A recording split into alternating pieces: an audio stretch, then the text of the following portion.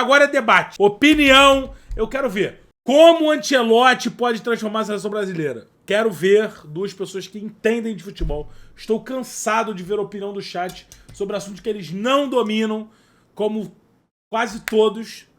Quero ver profissionais. Como o nosso Brasil pode alcançar o primor com o Carlo Ancelotti. Toma. Senhoras e senhores, meu respeitável... É bonito o Marcelo Beckler, hein? Tá mais bonito do que quando eu saí. A verdade é essa.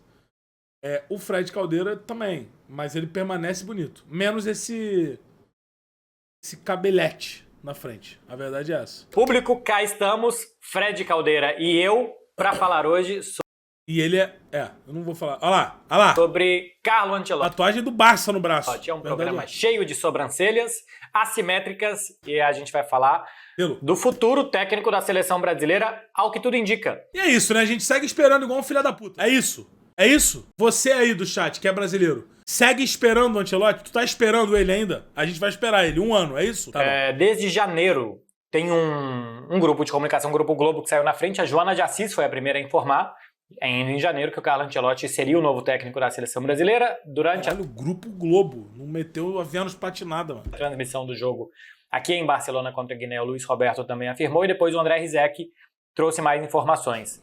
Basicamente, que o Carlo Ancelotti será o novo técnico da seleção a partir de 2024. Beleza. Que até lá o filho do Carlo Ancelotti, o Davi, estará em contato com uma comissão técnica. Qual que é desse malandro aqui? Quando o Vinícius Júnior vier aqui, nesta live, onde traremos assuntos relevantes, irei perguntar sobre o Davi. A verdade é essa. Inclusive...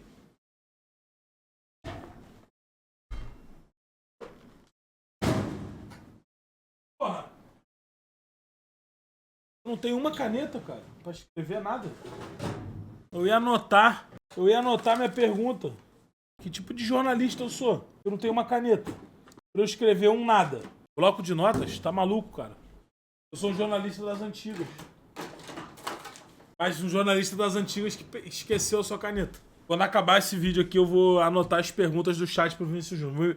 Pra eu me preparar pra fazer uma sabatina com ele. Não vou deixar... A oportunidade não pode passar. A verdade é essa. Que é interina da seleção para os confrontos que a seleção brasileira terá até o ano que vem, Fred. Pois é, rapaz.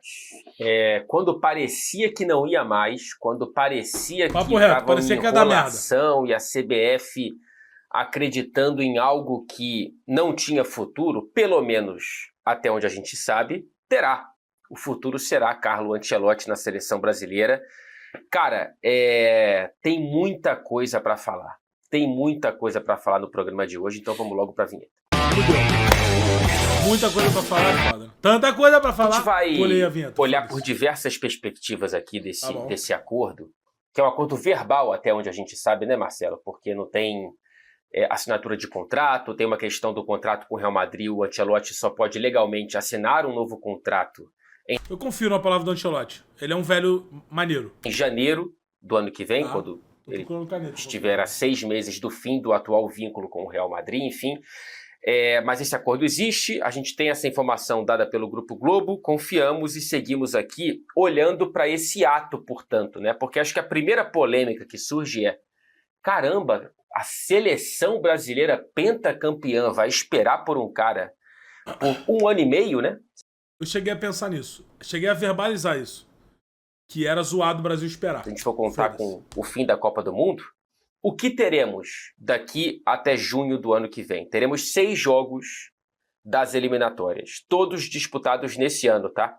Bolívia dentro de casa, Peru fora, lá ganhou, ele. 6 pontos. Venezuela em casa, Uruguai fora de casa, Colômbia e Argentina. Complica, hein? Esse 6º jogo no Brasil, em 3 janelas de data FIFA diferentes, entre setembro e novembro. É melhor o Peru fora, né? Deste ano de 2023. E aí, em junho, Marcelo, a gente tem o início da Copa América, né? Sediada nos Estados Unidos. É melhor o Peru fora do que o Peru dentro, né? Pra mim. Tem pessoas que vão preferir o contrário. Uma das 3 sedes da Copa de 2026.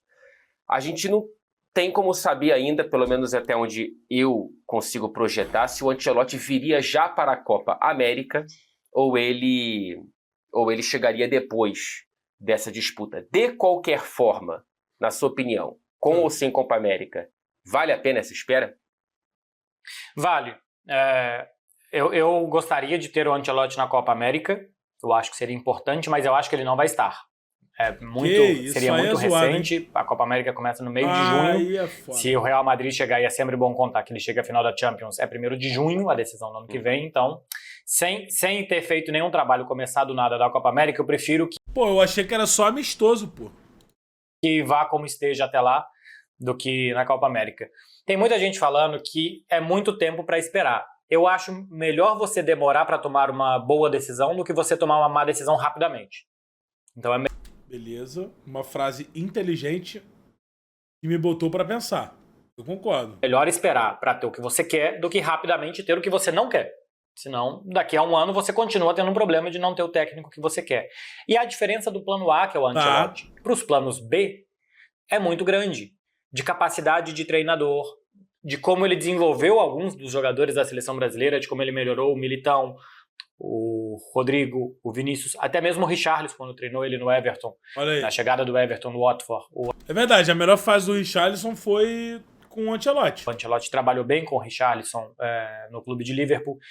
O Richarlison colocou o top ao contrário. A verdade é essa também. Então, a capacidade dele de trabalhar com os brasileiros, a boa capacidade dele em mata-mata, a boa capacidade dele de se adaptar. Treinou na Itália, treinou na Inglaterra, na França, na Alemanha, na Espanha. Sempre venceu. Eu acho que tudo isso é um indício de que é um bom técnico para chegar aqui, ou chegar lá no Brasil, e se adaptar. Eu prefiro uma decisão que demore do que uma má decisão. Então eu acho que a CBF faz bem em contratar o Ancelotti. Gostei da justificativa, hein? E que em 2024 dá tempo de sobra até 2026 em fazer um time para a Copa do Mundo. O que você acha, Fred? Eu concordo, cara. Eu concordo contigo. Assim, a minha relação com a seleção, ela é um pouco singular dentre as minhas relações, né? Eu acho que essa relação que eu tenho, muita gente também tem, que eu presto atenção na seleção brasileira na Copa do Mundo. Eu não presto muita atenção pessoalmente, né? Profissionalmente, se eu estiver cobrindo, evidentemente que eu tô até em amistoso, mas pessoalmente a Copa do Mundo... tem muita gente assim, a maioria das pessoas é assim. E infelizmente a seleção que está cada vez mais afastada do seu torcedor também não chama muito o torcedor para curtir o amistoso contra Senegal ou coisa do tipo, né? Não tem jeito. Antigamente, se essa frase fosse falada, tu ia falar, porra, tu é um modinha, tu é um não sei o que, o cara da 4. Agora, já é algo mais justificável e já é algo mais comum. Óbvio, a gente aqui no chat é viciado em futebol, então a gente vê a porra toda. Mas a quantidade de gente que largou a seleção é absurda. Eu nunca ouvi tanto isso na minha vida. Pô, larguei, é chato pra caralho, porra, não acompanho ninguém, não sei o que lá. E eu acho, de maneira quase que pouco racional, que a seleção brasileira tem um compromisso estético. Tem que jogar bonito, tem que entregar alguma coisa para além de vitórias e tudo mais. É claro que não é tão simples assim. Padrão histórico. Mas eu gosto do perfil do Ancelotti. Primeiro por essa adaptabilidade que você já trouxe aqui. É um cara que já conquistou 5 diferentes ligas nacionais no campeonato, dentro dos campeonatos europeus.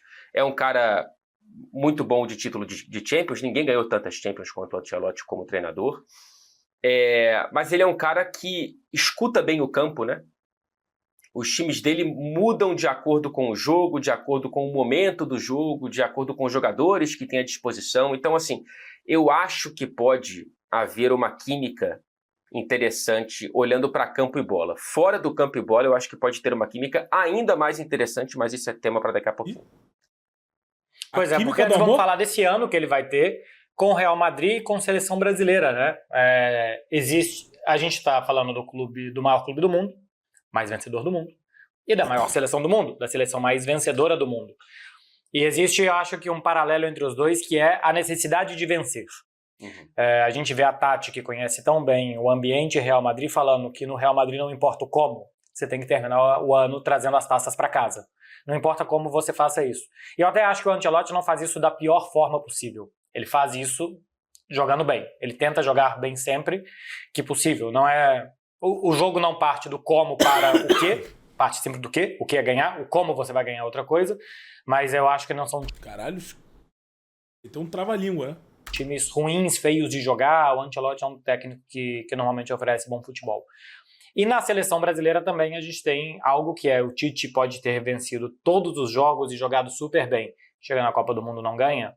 O trabalho é considerado ruim ou regular. E eu acho que não só pela Copa do Mundo, mas também a Copa América que ele perdeu no Brasil e que alavancou a Argentina, né? Então o Ancelotti sai de um clube que ganhar... essa que é a merda. É obrigação e parte do DNA. E vai para uma seleção que ganhar tem que ser parte do DNA, é obrigação.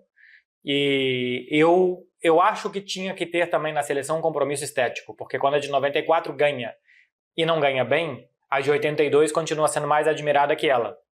Então, eu acho que o jogar bem na seleção ainda é muito necessário, Fred. Eu tenho muita curiosidade de escutar o Ancelotti sobre a seleção, porque ele é um cara que vem de fora, né? Ele vem de outra perspectiva e talvez ele seja uma dessas pessoas, quando você escuta o Guardiola falando sobre a seleção brasileira, por exemplo, de 82, inclusive, e o Ancelotti ele participa da Copa de 86 e de 90, mas não de 82, mas certamente ele assistiu aquela seleção brasileira jogar. Esses caras têm uma ideia um pouco mais romântica da seleção, mais do que quem está enfiado no dia a dia do futebol brasileiro, e talvez isso seja, sei lá, uma das prioridades dele, um dos valores que ele queira resgatar junto com a seleção. Eu acho, tipo assim, essa parada eu não tinha pensado nisso, acho que pode ser verdade. Tipo, o cara tem uma visão mais romântica mesmo do Brasil, tá ligado? Tipo, não tá aqui inserido nesse contexto de cobrança absurda, de desgaste total, tá ligado? Todo técnico da seleção brasileira que for brasileiro, ele sabe o contexto total aqui, tá ligado? Acho que esse cara pode ter uma visão um pouco mais... Como é que eu posso dizer? Menos pesada da parada, sacou? Enfim. Mas essa cultura de vencer ou nada... Mais leve. Ela pode atrapalhar também, né? O Ancelotti, ele chega dentro de uma situação em que ele nunca viveu, treinar uma seleção na Copa do Mundo, e ele chega logo numa que não só tem sempre a pressão de ganhar, como vai chegar em 2026 empatando com o maior jejum de títulos de Copa. Ou seja, tem que ganhar. Entre 70 e 94 e agora entre 2002 e 2026. É um caminhão de pressão e uma só possibilidade de sucesso, né? Se vier o título, ótimo. Se vier uma final, que não vem desde 2002, por exemplo, e perder, eu imagino que seja a mesma coisa de sempre, né? Fracasso, terra arrasada, o que não é verdade. O Tite, por exemplo, ele entrega uma seleção muito melhor do que a que ele pegou, que é pós 7-1.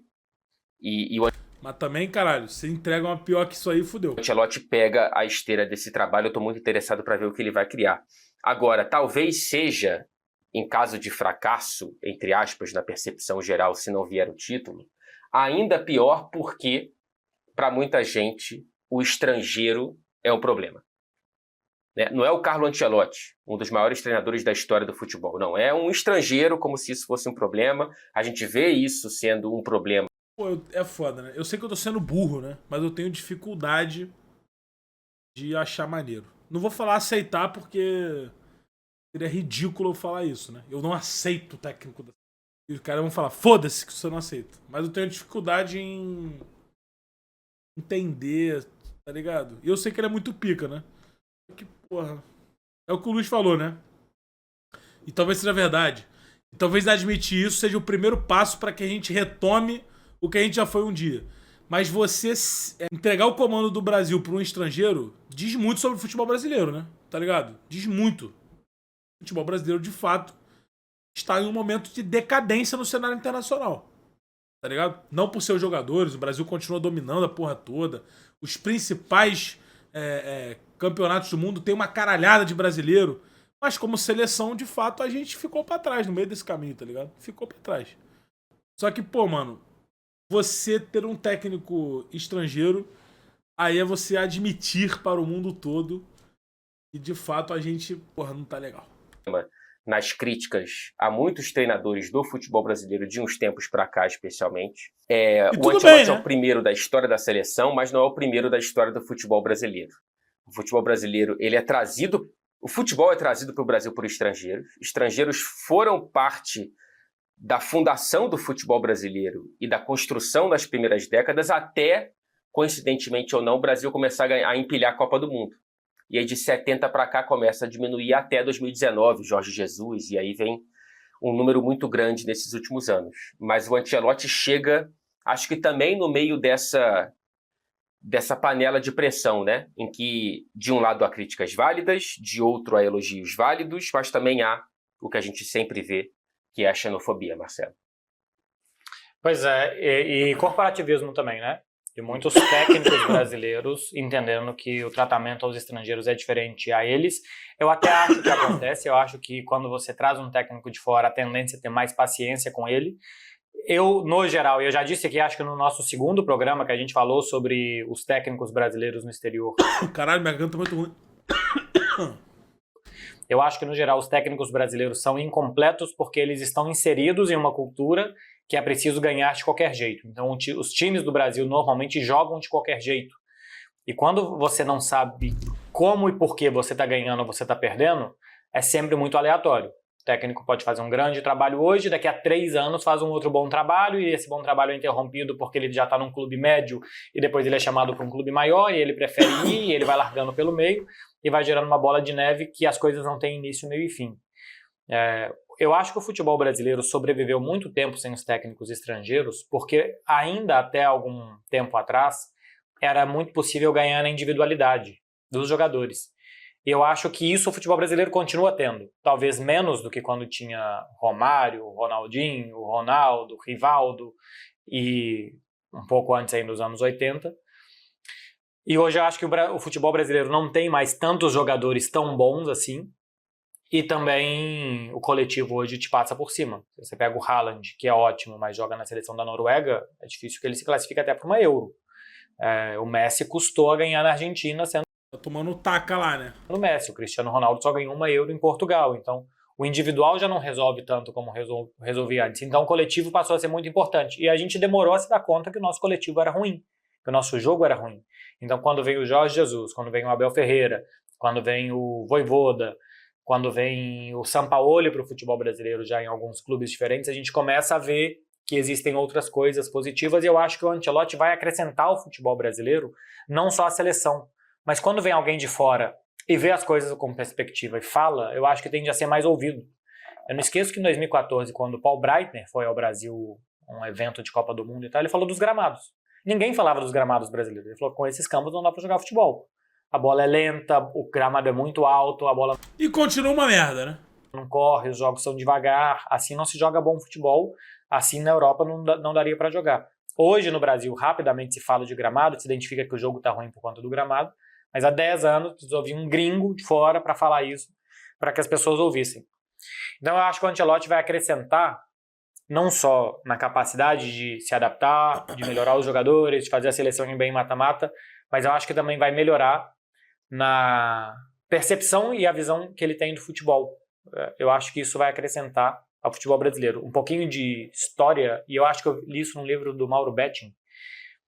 Tinha o Bela Gutmann, que era um técnico húngaro que fez a Hungria ganhar da Inglaterra, final da Copa de 54 e tal, essas coisas. Ele veio trabalhar no Brasil. A gente estava saindo daquele modelo WM para um 4-2-4. Ele foi técnico do São Paulo, eu acho, ele começou a fazer isso, ele foi auxiliar, alguma coisa assim. E a seleção brasileira de 58 passa a usar esse 4-2-4, e o Aimoré Moreira, que trabalhava com ele, que era o técnico da seleção, implementa isso. E depois ainda tem uma sacada, que é recuar o Zagallo e fazer um 4-3-3. Então a vinda de alguém de fora pode gerar que os técnicos brasileiros também tenham as suas sacadas e que tudo se melhore. A gente que mora papo reto, amaldiçoou Benfica. muito tempo fora, acho que a gente percebe isso com mais naturalidade, né, Fred? Como a gente vir para fora, abriu a nossa cabeça para coisas do Brasil, e como a gente, às vezes, conversando, você aí com os ingleses, eu aqui com os espanhóis, catalães, a gente conversa sobre coisas deles e a gente vê coisas que eles não veem na própria cultura deles, né? Então, sim, acho que a troca sempre é muito, muito poderosa. E eu acho que essa troca não tem nada a ver com uma visão colonial de que tudo que vem da Europa é melhor e a gente tem que escutar quietinho porque tudo vai ser muito melhor do que o que a gente está acostumado. É o que você falou, é uma troca, né? Até citando exemplos pessoais, nessas conversas com pessoas daqui, tem coisas que eu converso com o inglês sobre a Inglaterra que me ensina coisas sobre o Brasil, inclusive. Né? Tem perspectivas que quando só você olha para outra sociedade, para outras culturas, que você percebe algumas diferenças e valoriza, inclusive, algumas coisas que você não valorizava antes. Né? E eu acho que a postura do Ancelotti em relação ao futebol brasileiro vai ser muito interessante, vai ser essencial para que essa troca exista. Né? Eu fico curioso na questão, o moleque até perguntou isso, de da chance dele convocar jogadores que atuam no Brasil ser menor. Eu não sei, acho que não. Acho que ele vai acompanhar o campeonato nacional ou alguém vai acompanhar pra ele. Mas essa dinâmica também eu fico curioso, né? De entender. Eu tô muito interessado pra ver, porque o Ancelotti vai ter 2 anos aí pra se aprofundar no futebol brasileiro, né? Assistir ao Brasileirão, a Copa do Brasil, a Libertadores, entender quem é Rafael Veiga, quem é o Roger Guedes, quem é o Gerson, quem é o André do Fluminense, enfim... Ele entendeu os valores também do futebol brasileiro. Ele vai ter que acompanhar, ou alguém vai ter que acompanhar pra ele, tá ligado? Acontece, não tem jeito. Fazer as críticas que tem que fazer, o calendário vai ser um problema, inevitável. A gente sempre colocou isso no ar, né, cara? Imagina um cara de ponta treinando na seleção e tendo que justificar que convocou um cara e tá desfalcando, sei lá, um clube X na rodada Y do Brasileirão, enfim... vai ser uma troca importante, mas eu acho que é importante que seja uma troca. E é mais ou menos nessa linha que eu chamo o nosso, fora de contexto, o nosso out of context.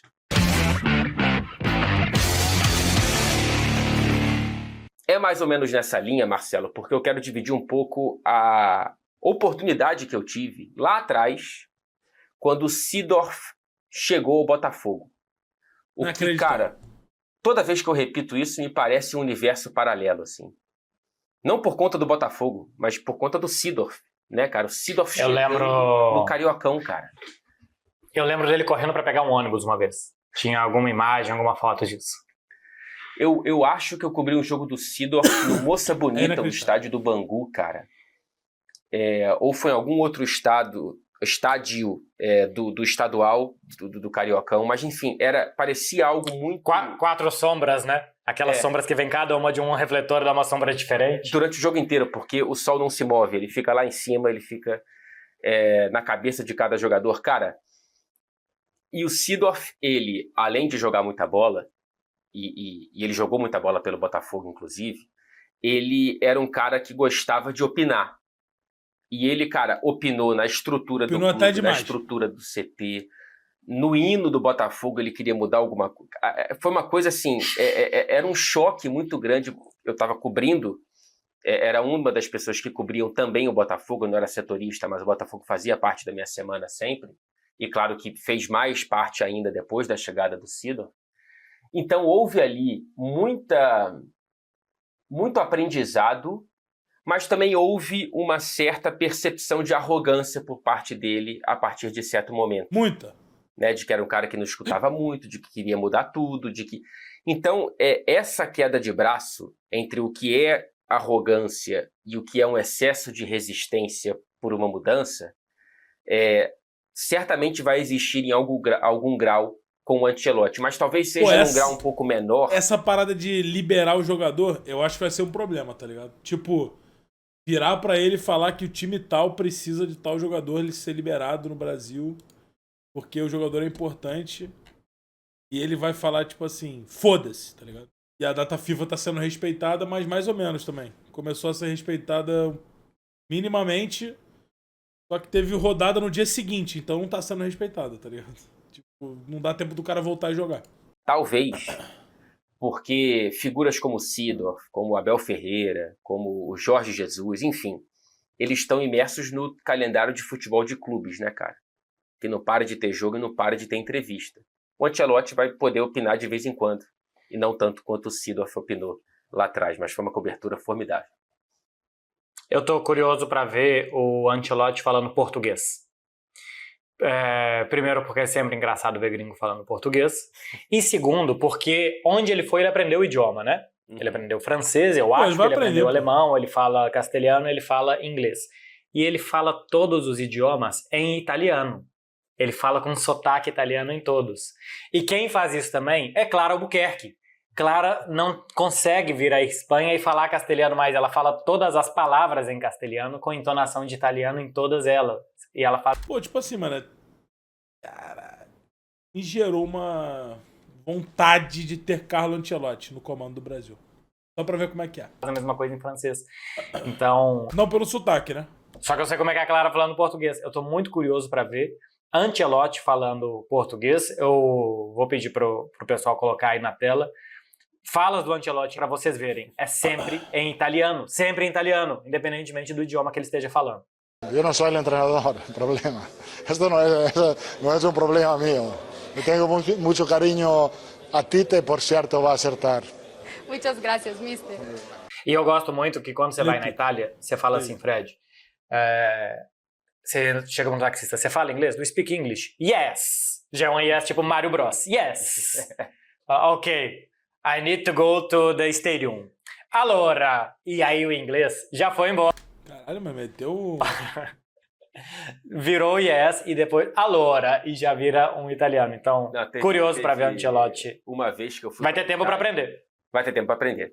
Tem uma vez que eu fui para a Itália e pouco antes da Clara chegar, e eu fui cobrir a Juventus em Turim, e, enfim, cara, meu italiano não existe, né? Mas eu tava ali falando, tentando alguma coisa ou outra, e o cara, ao perceber que eu não falava italiano, mas era brasileiro, ele achou que era a mesma coisa. Ele falou, português, italiano. Ele começou a falar italiano comigo. Cara, não é assim. O espanhol até vai lá, dá pra entender mais, né?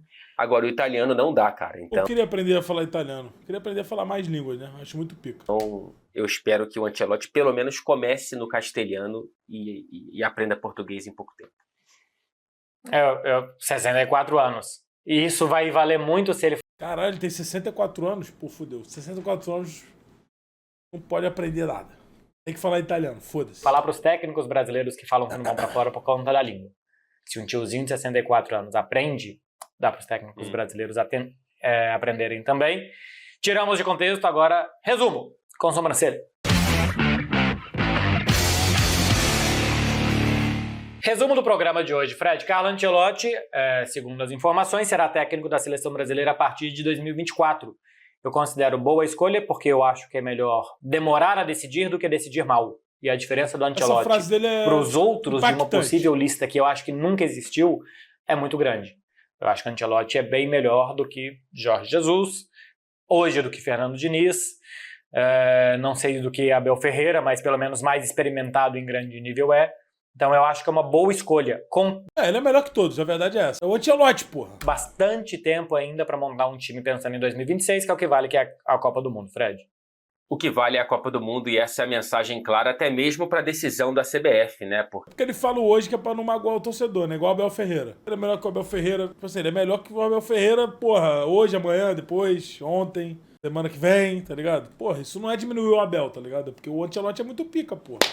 Caralho, que ideia. O Ancelotti vai perder 6 compromissos oficiais, todos eles por uma eliminatória que agora ainda tem ainda mais vagas, né? Agora, se a seleção brasileira nunca tinha ficado fora de uma Copa do Mundo... Não, agora que não vai, né? Não é agora que vai ficar. As eliminatórias podem até trazer times interessantes. Pô. A Argentina campeã do mundo, o Uruguai do Bielsa, o Equador com essa geração boa que joga na Premier League, alguns destaques dela e tudo mais. Mas, cara, não faz diferença. Não, se o Brasil ficar de fora, pô, mano, tem que acontecer um bagulho inacreditável. A quantidade de chances que você vai ter pra se classificar é bizarro. Vai ter vaga até pelo Carioca. Para a seleção brasileira, o valioso está mesmo dentro da Copa do Mundo. E se a crítica ela não analisa o processo, não vai ser pesando o processo que a CBF vai tomar essa decisão. E o Ancelotti fala... Caralho, essa frase é boa, viu? Crítica, ela não analisa o processo, não vai ser pesando o processo que a CBF vai tomar essa decisão. E o Ancelotti faz sentido. Agora, ele tem só uma chance de sucesso, Beckler. É título ou é nada, de acordo com a percepção geral. Sim! Veremos então se o Ancelotti vai muito bem ou muito mal na seleção brasileira. No mês de 2026, a gente vai ter essa resposta. Antes de 2026, vocês podiam dar like nesse vídeo. Darei o like.